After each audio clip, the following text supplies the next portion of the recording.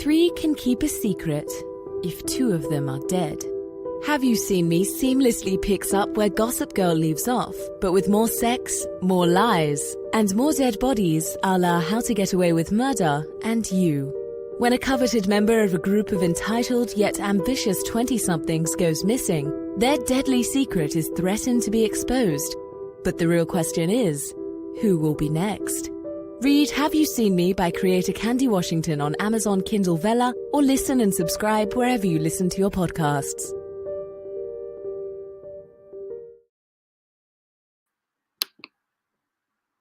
Hello everyone, and welcome back to The Candy Shop. As always, I'm your girl, Candy Washington, and if you love a good kiki with a high vibe community, be sure to like this video and subscribe to my channel.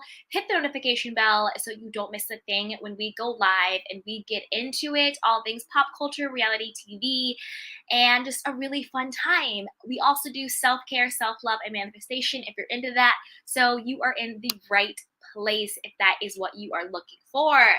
So today we are going to dive into, I'm just going to do the entire first season series of Young, Famous, and African on Netflix. So I didn't binge it. I watched a couple of episodes over the course of the last couple of days because it was difficult to watch. I know, you guys, I really, really wanted to love it. I wanted to just, binge it and have fun, but there was a lot of problematic things in this series. But don't get me wrong, I did enjoy it. I continued to watch it for you guys, and I'm going to give you my 2 cents. I'm going to let you know what I think about that. And as you guys come into the room, be sure to drop your candy canes, be sure to drop your comments, be sure to like the video and subscribe. But let's get into it. I'll start out with the technical stuff, and then we can go through each character and talk about their journey and everything like that. So the first couple of episodes, and check me if I'm wrong on this, but it was filmed in such a choppy, weird way. Like, it seemed just like really, like they were shooting from like underneath the people, on top of the people. The storyline seemed really forced. It seemed really fake. It just seemed like a lot of hot air. Like they were really trying to like pretend to be these people. And I was confused. It was called Young, but none of them were particularly young. And that is no tea, no shade.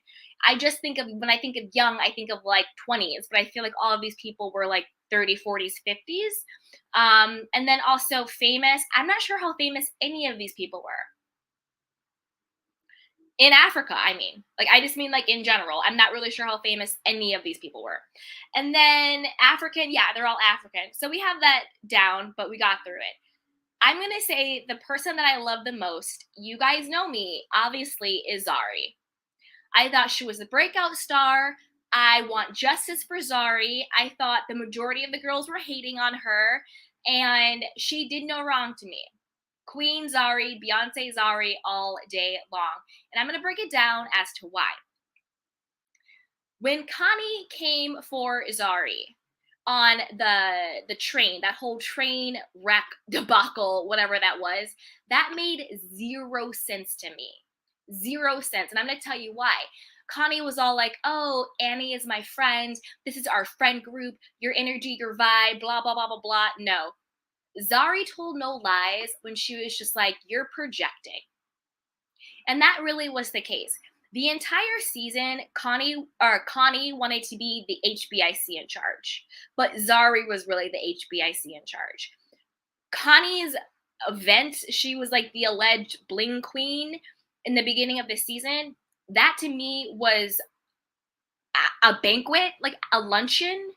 Like, I don't know what you call that. You just rented out a hall and you just had tables. Like, that looked like a auction or something. That did not look like I am the bling queen of Africa. I am the bling queen of this group. I'm young, famous African. That to me just looked like a luncheon.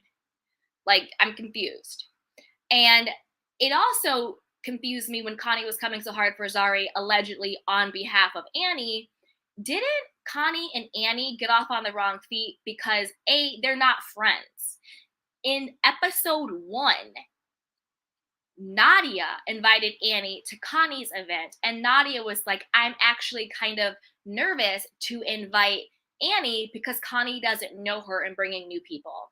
So if episode 1 you are meeting Annie for the first time, you and Annie don't get off on the right foot because Annie basically was just like questioning your mothering skills because you let your 50-year-old daughter live by herself essentially while you shack up with your 28-year-old boo thing. That's essentially what you're doing, sweetheart. I'm not mom shaming.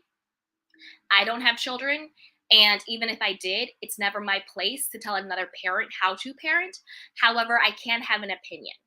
And it is my opinion that that is problematic. A 15-year-old is a child, not an adult, not even legally an adult, is a child. And you're basically letting your child live by herself so you can have your men, whatever you want to call it, come in and out of your house as you see fit. That's just how I see it. Annie pretty much called you on that, and you guys were beefing, right? So you and Annie were not friends. You are not friends. You met Annie the same time you met Zari. So that makes no sense. Also, another thing that Connie did, and let me know if you guys caught this, and it also goes to the fact that Zari, it was 100% correct in saying that Connie was projecting onto her. Let me know if you caught this. It was like episode 1 or 2 when Annie was having her breakdown. I know she had a breakdown every scene, but when she was having her breakdown at Connie's luncheon, I'm not even gonna call that an event or a party. That was a luncheon. That was some tables and some snacks and some Lunchables and a juice box. That was a luncheon, okay? When Connie had her luncheon and Annie was having her breakdown and she was talking to Andy, did you catch how Connie, I think she said in her confessional, she was like, I just met this person and she's already like crying and breaking down and she's telling me all of her weaknesses and now I can use this. So basically she was saying, now I know what her weaknesses are so I can use this against her. It's basically what Connie was saying. And then fast forward to episode 6 or 7, when Zari was trying to make up with Annie. And I'm sorry, but Annie to me is very hard to watch. I don't like watching people, men or women, who are so emotionally on the brink. It's hard to watch. Like Annie was a walking pain body. She just, the whole season, she was just always just one hair away from like crying and being a mess. It was too much. But when Zari was apologizing to Annie about whatever misunderstanding that they had, Connie goes, oh, Zari doesn't really want to be friends with Annie. She just wants to learn her weaknesses to use them against her. No, boo-boo, that's you. You already told on yourself. Every negative thing you're trying to put onto Zari, Connie, that was your own insecurity. You were insecure because your party was a luncheon and it wasn't that cool. You were insecure because your apartment looks nothing like Zari's mansion. You're insecure because Zari is gorgeous. She's financially rich and she knew how to throw a party. And yeah, she said, thank you for accepting my invitation on the train. Who cares? Connie to me also was like a little do-do-do-do. Like the whole train thing, her energy, her vibe was so negative and so nasty. I couldn't even handle it. Hey, what's up, you guys? Hey, Vaca says, hey, hey. Vaca says, oh, Kempire knows the same thing about Connie. Exactly, yes. Hey, Vaca, she noticed her weakness. Yep, 100%, 100%. She noticed her weakness and was like, I'm going to use this against her. I think Connie is the type of person who she will be friends with you if she thinks that you are beneath her. So she was cool with befriending Annie because Annie is so clearly troubled. I will never call another person, let alone another woman, broken. I think that's a very cheap shot, and I would never say that. But I think that Annie so clearly is going through something mentally and emotionally, right? Maybe spiritually too. Given everything going on with her husband. So I think that Connie has no problem befriending her because she doesn't view her as a threat. Unlike Zari, who is confident, secure, happy, beautiful, doing her thing, and is good. You know what I mean? So I think that Connie is so threatened by Zari. And that's her issue with her. Now, who else had an issue with Zari? Annie. Annie had an issue with Zari, not because of anything Zari did. Not because Zari pulled her husband aside and had that little sidebar conversation. Not because of anything else. The only reason why Annie had an issue with Zari is because, I forgot what episode it was, but the episode when Annie's husband, I don't know what he's called, like Too Innocent, Two-Faced, or something like that. When Annie's husband called and they were on the phone at the, like, what was it, the Arabian Nights party? And her husband asked to speak to Zari. That triggered Annie so much internally. And Annie was triggered because clearly her husband has been doing something and is doing something, because I don't think that all of Annie's trauma and how fragile and how just bizarre she was because of what happened 10 years ago. I think that there were things that were very current and very fresh, and that weird vow renewal is not going to fix. That vow renewal to me was so cringeworthy and bizarre. It was just like, we've gone through the fight and we have to go to war. And I was just like, what the hell is this? This isn't live, laugh, love. I'm confused. It was a hot mess, is what it was, basically. So that is why Annie had an issue with Zari, because her husband wanted to speak to her.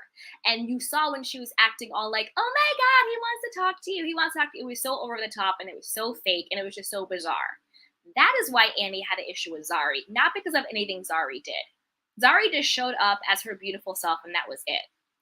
The other person who had an issue with Zari is Nadia. Nadia to me was the most, I don't want to say immature, maybe young of the group. And Nadia's issue with Zari literally is BS. Like, she doesn't have a leg to stand on. So Nadia, you want to have an issue with Zari because you felt some type of way when Zari and Diamond were really, like, booed up at the Arabian Night party. Let's get a couple of things straight, Nadia. First off, Diamond and Zari are co-parents. They have children together. So you just met Diamond literally a half an episode ago. So I don't know why you're trying to stick some claim to that. And your issue should have been with Diamond because he was the one who ignored you the entire night. Zari didn't know you from Adam, okay? Zari didn't know who you were. She met you that night. Why are you mad at Zari because Diamond ignored you? Your issue should have been with Diamond because he was fronting like he was into you when he wasn't. The only reason why Diamond was fronting like he was into Nadia was because Connie planted that fake storyline with Diamond. Like, oh, Diamond, I have this friend Nadia, blah, blah, blah, blah, blah. And then he did that whole like song to her, and that was so fake and so forced. I don't think Diamond was ever really into Nadia. And I think that Nadia got into her feelings real quick. But take that up with Diamond. He's the one who played you, not Zari. Also, Nadia, you don't have a leg to stand on because you were in a full-on relationship with your long-distance boo. And you guys ended up breaking up. I'm sorry, condolences. But you see what I'm saying? It's like you were actually in a relationship with somebody else. This was a man you met 2 minutes ago. And you are now beefing with his baby's mama because they were being cool at a party where he ignored you at. Your issue should have been with him. And your issue shouldn't even have been with him because you already had a man. It wasn't like you were single and dating Diamond, and all of a sudden Zari came in and tried to like steal your thunder. No. Zari and Diamond have a whole family, okay? 2 kids, a whole family going on over here. Whole co-parenting situation. You have a whole relationship. Nadia, what is the problem?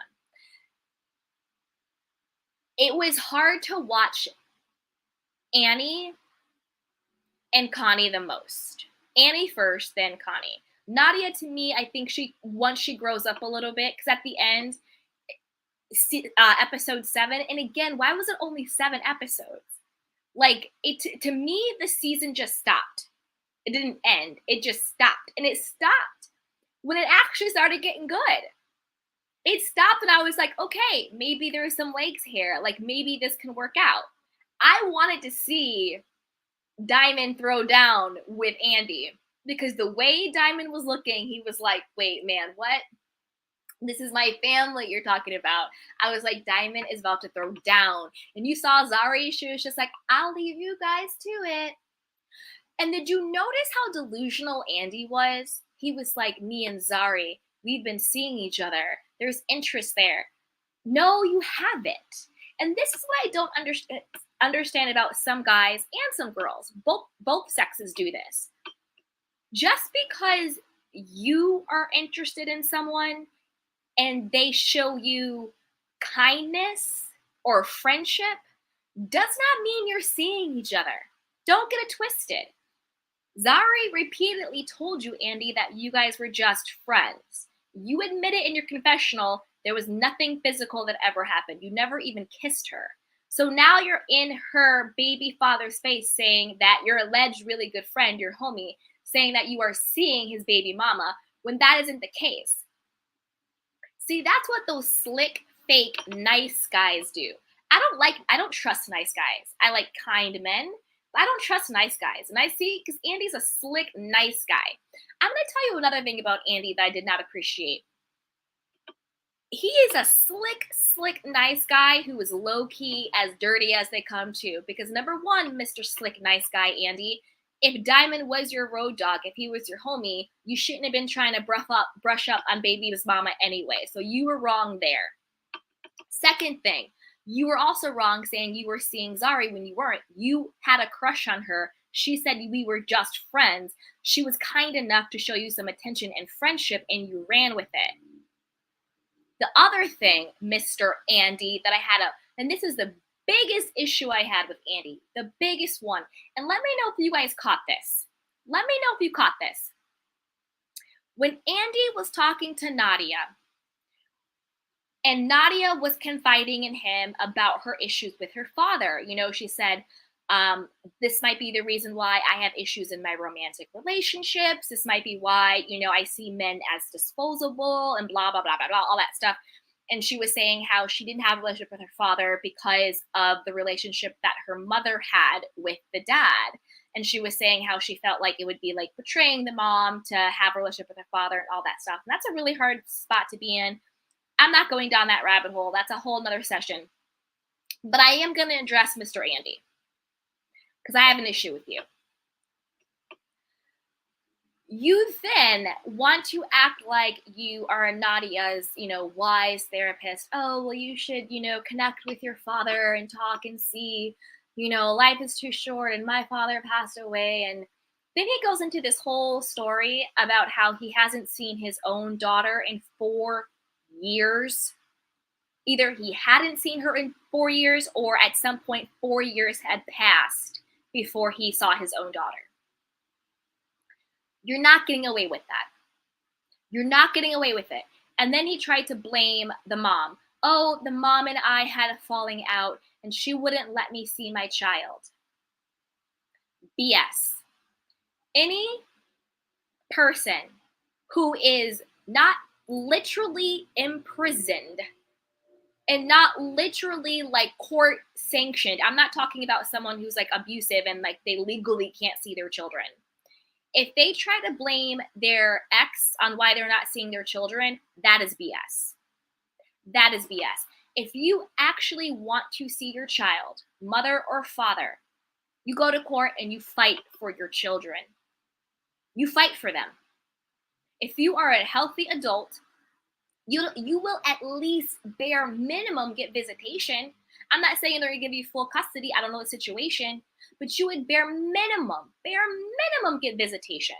So miss me with this whole, oh, I didn't see my daughter for 4 years. I wrote her these birthday cards. So one day when she gets older, I can show her these birthday cards and it was my ex's fault. No, it was your fault, sir.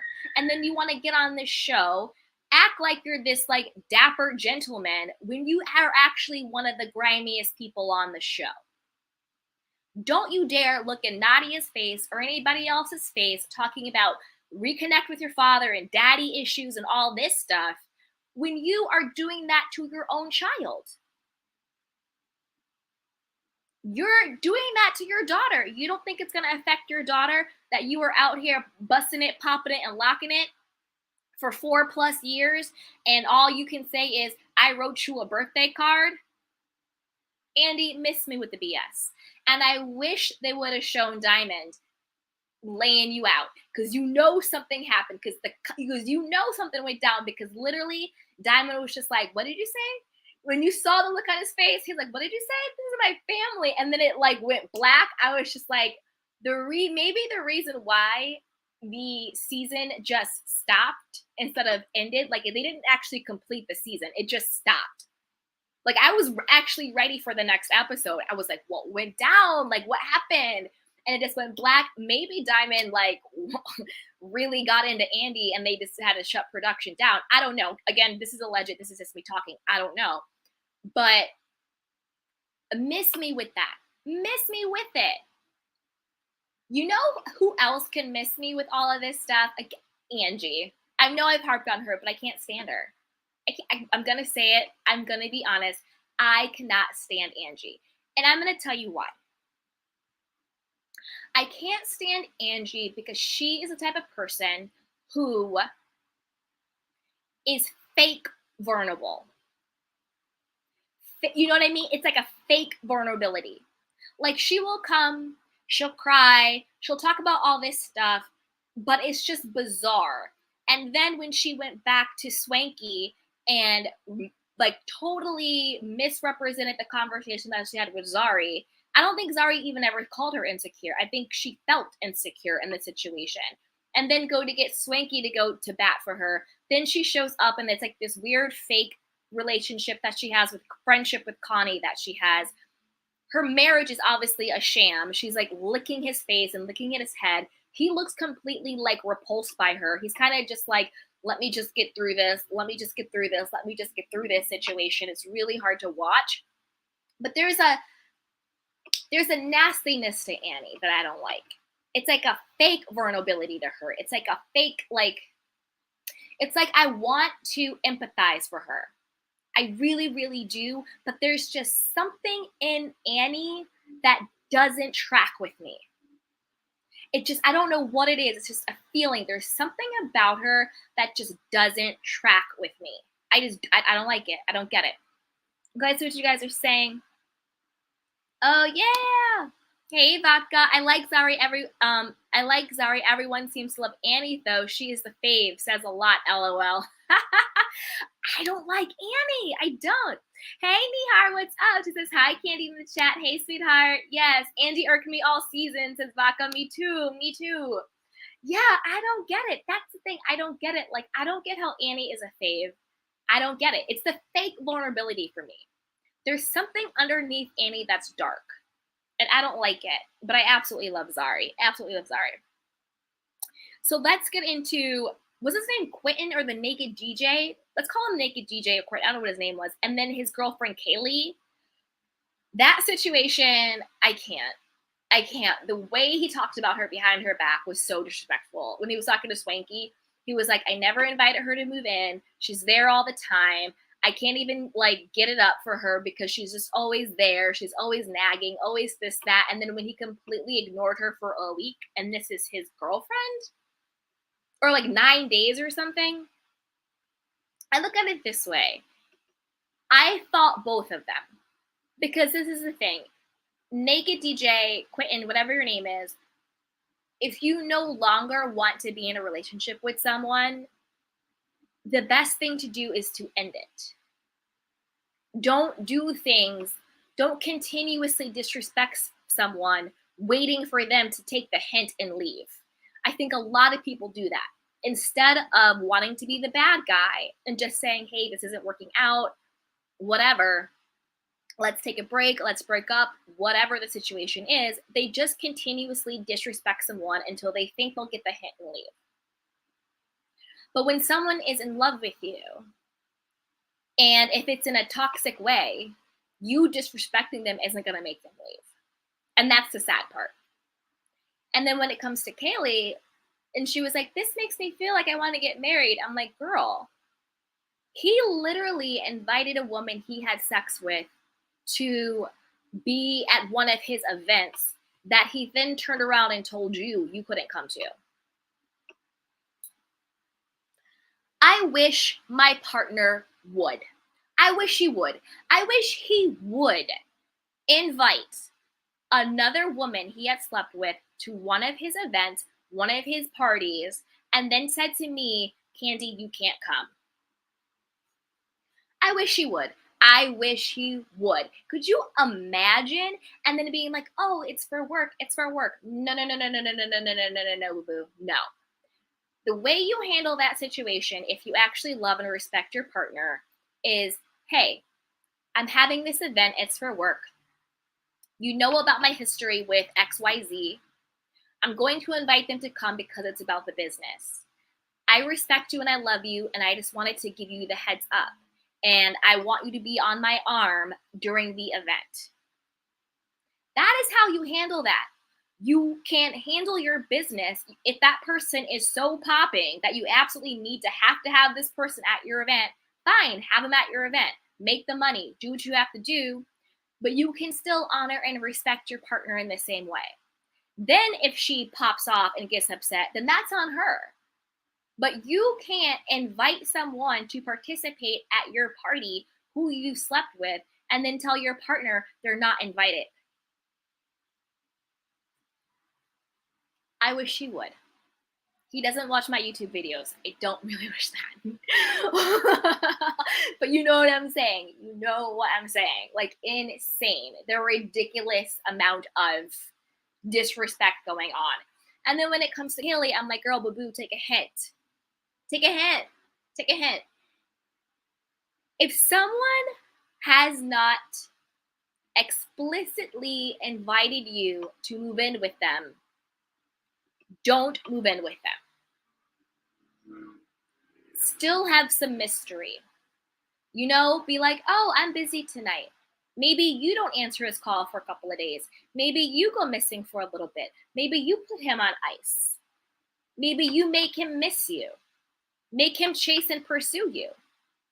You know, you're not married yet. And even when you are married, you should never stop dating. You should never stop having chemistry. You should never stop having that little bit of enough. I'm telling you, like, when I get married, and that, you better believe my partner every day will be a little worried that I will leave him. And that's how we will live happily ever after. Like, I feel like your partner always has to be like a little worried that you would leave them. And then that's why they, continue to date and pursue and all of that stuff. Not in an unhealthy way, but like in a good, fun way. It keeps the spice, it keeps the spark, it keeps the chemistry, right? It keeps that going on. You can still have a happy, healthy relationship, but for me, my partner always has to love me just a little bit more than I love him. It's just how it has to be. So that's kind of how I feel about Kaylee and Quentin. Swanky Jerry, or whatever his name is, again, I didn't think he was that fashionable. I know everyone is like, he's so fashionable, he's slaying. I didn't see it. I thought he looked like a cool guy. I didn't see any like innovation. I didn't see anything that I wouldn't see if I went to Soho, if I went to West Hollywood. Like, I didn't see him as this like innovative fashion guy. I just think he had better fashion than the rest of them, but I didn't think he had better fashion like in the world, if that makes sense. I really liked him except for two things. Rock with me and let me know what you think. I really liked him except for when he went off on the train. That to me, it was weird, it was bizarre, I was laughing, I couldn't take it seriously, and it also made me very nervous. It was really, really weird. But I think him going off is another reason why I don't like Annie. I think Annie puts a bug in his ear, she winds him up, and then he goes and does her dirty work. Like, remember when he got tea with Zari and he was like, oh, I came and I was so mad and I was so wound up and you're talking about my friend Annie. And then Zari was just like, that's even not what happened. This is what happened. And then he like calmed down and was like, oh, this was one big misunderstanding. And she was like, yeah. That's what people like Annie do. They play victim with this fake vulnerability. They play victim. And then they put a battery in somebody else's back, winds them up, and then lets them go windmill for them. Like, his whole breakdown on the train made no sense to me. Zip zero. Anybody with any type of like brain or understanding, Connie's attitude on the train that the first day was so negative and funky. She had this weird look on her face. Her eyes were all glossy. She looked like she was about to pop off. It was weird. It was weird. I mean, jealousy and envy is toxic, and she looked really sick. Her energy was crazy off. Zari didn't do anything. She was just like, thank you for accepting my invitation. Thank you for coming. And she had that type of reaction. It was weird. It didn't track. It seemed off. Annie shows up. Annie is always just one moment away from like literally breaking down and going bizarre and everything. Like, it's really, really weird to me. And the energy was off. They were acting funky. They were laughing at Zari. They were. And so for Swanky and I forget who the other people even were on that train to act like Connie and Annie weren't negative and started on a negative foot is just so bizarre to me. Just so bizarre. Just say, yeah. Like, yeah, I had a bad attitude. Yeah, I didn't want to be here. Yeah, I was being snarky. Just own up to it. Don't act like me responding and saying, what's up? The energy is off. The vibe is whack. Don't act like me calling you out on your funky behavior is on me. It's on you. It's on you. And Kaylee and Naked DJ were right. When Connie had her luncheon, she gave 15 different types of speeches. In fact, Connie gave a speech at that fake vow renewal with Annie and her husband. Why was Connie giving a speech? If she always has such a problem with people giving speeches at events, it wasn't even her event. And she literally just met Annie 3 episodes ago. But now you're giving a speech at her vow renewal? That was really weird and really bizarre. And I don't know how they thought it was like sweet. Maybe they're just faking it for the cameras, but I would be so uncomfortable if I'm at somebody's vow renewal and they're literally just talking about cheating and fighting and silent rage and all this stuff. Cuckoo. And I was just like, what is going on here? I'm so confused. And Annie's, I don't want to, again, I never want to say brokenness because I'm not going to say that. I'm never going to call another woman and another person broken. But Annie's trauma, whatever she's holding, whatever that is fresh. I don't think she's just been waiting for an apology for the last 10 plus years. Because this is the thing. Boo-boo Annie. You don't get to play victim when you met a man and you were with him, he cheated on you, had 4 children, 4, 1, 2, 3, 4, while allegedly cheating on you. Were you guys even together? Who knows? Was it an open relationship? Who knows? I don't know how he has 4 children on you, and then you think it's a good idea to have the 5th. And now you want to sit up here and play the victim like you're the victim. Annie, that didn't happen to you. That is what you chose. That is what you chose. If your first child is this man's 5th child and you met him before he met any of those baby mamas, you made a choice. And you are not the victim. You're not. You're not. You married him 10 plus years ago. Your oldest daughter looks older than 10. So you chose to have a child, and you chose to marry a man who you knew before already had 4 children on you, and now you want to get up on this show 10, 12 years later, boo-hooing crying about him being a cheater. Miss me. Miss me. I would have loved it if Annie owned it and was just like, yeah, I knew him from back in the day. We met, you know, he blew up, he dipped it and he did it, whatever. He has these kids. Now I feel like these kids are mine. We have this beautiful blended family. We got through it and now we're happier than ever. And if Annie would have came on the show and was like fun and light and happy and then threw a bomb vow renewal, I would have loved that, because that is something I can respect. You knew he messed up on you when he was out here dipping and doing it, and you made a choice. That's okay. You're an adult. You're allowed to make a choice. Your life is your life. It's none of my business what choice you make, except for when you put it on TV, I get to have fun commentary about it. That is a choice you made. That did not happen to you. If you had married him, and inside of your marriage, he went out and had a baby on you, then that happened to you. And I'm saying married as in you didn't know he was cheating on you before you got married. Like you got married under the pretense that you were actually in a committed relationship. Then yeah, that happened to you.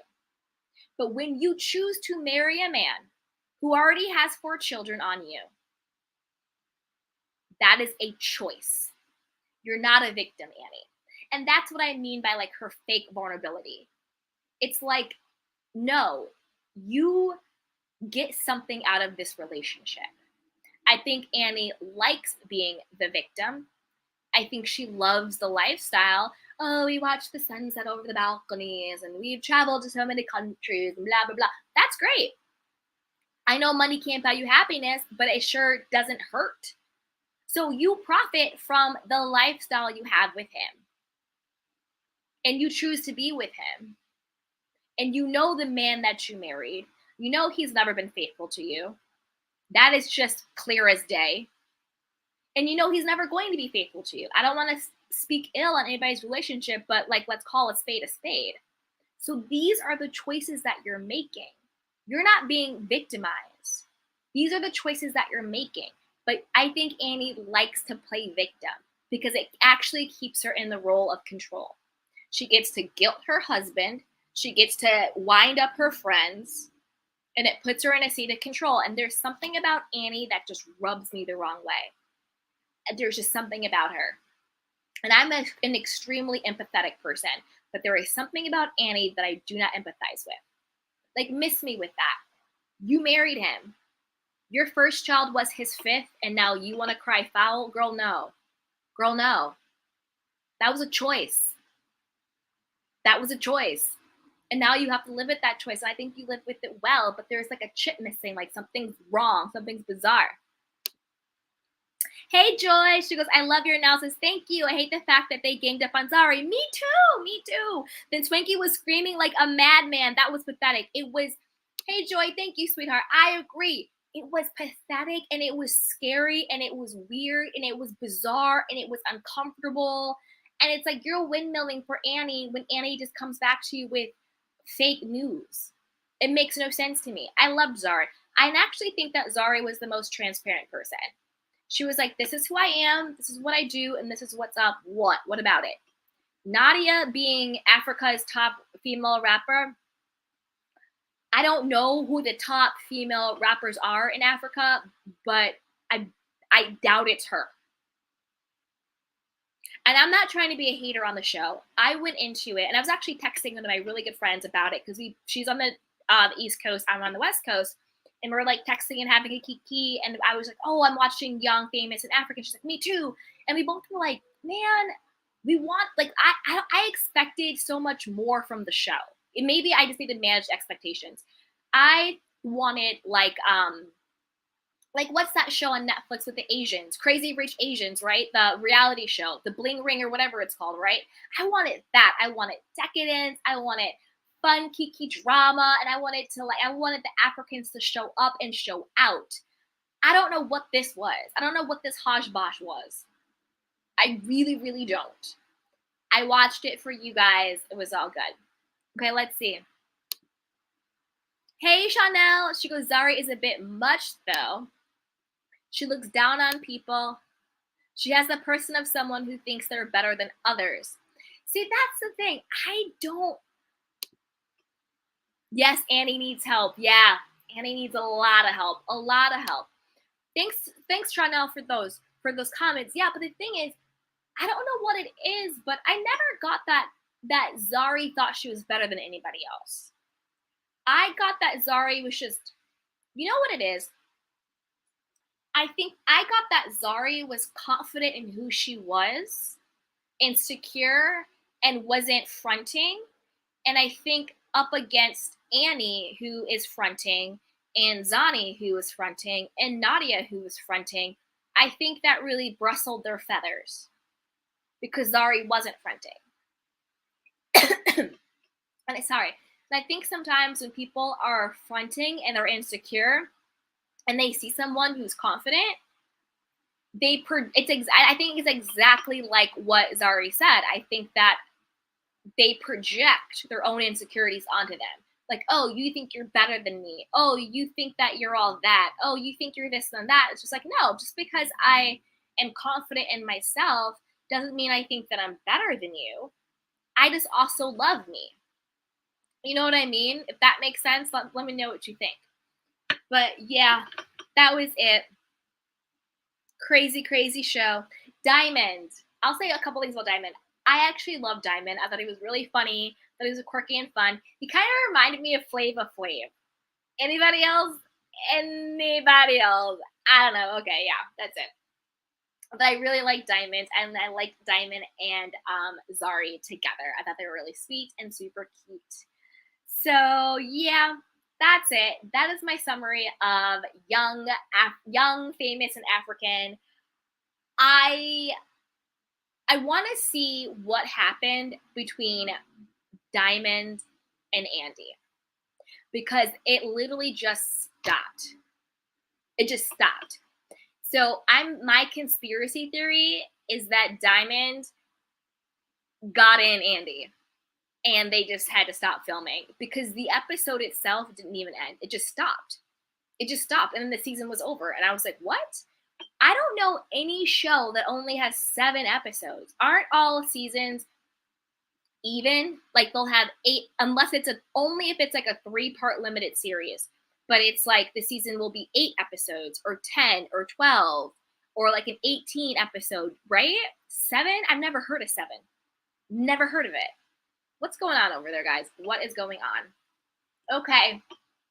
So that is it. I'm going to go get some food. I love you guys. Mwah. If you had a fun Kiki, be sure to comment below, like this video, subscribe to my channel, hit the notification bells, and share this with a friend because a Kiki is always better with community. I love you guys. Enjoy the rest of your night. Mwah. And I will see you tomorrow. Bye.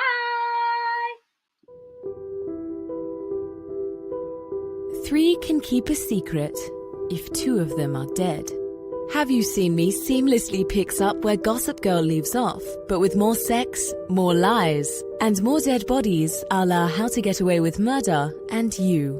When a coveted member of a group of entitled yet ambitious 20-somethings goes missing, their deadly secret is threatened to be exposed. But the real question is, who will be next? Read Have You Seen Me by creator Candy Washington on Amazon Kindle Vella or listen and subscribe wherever you listen to your podcasts.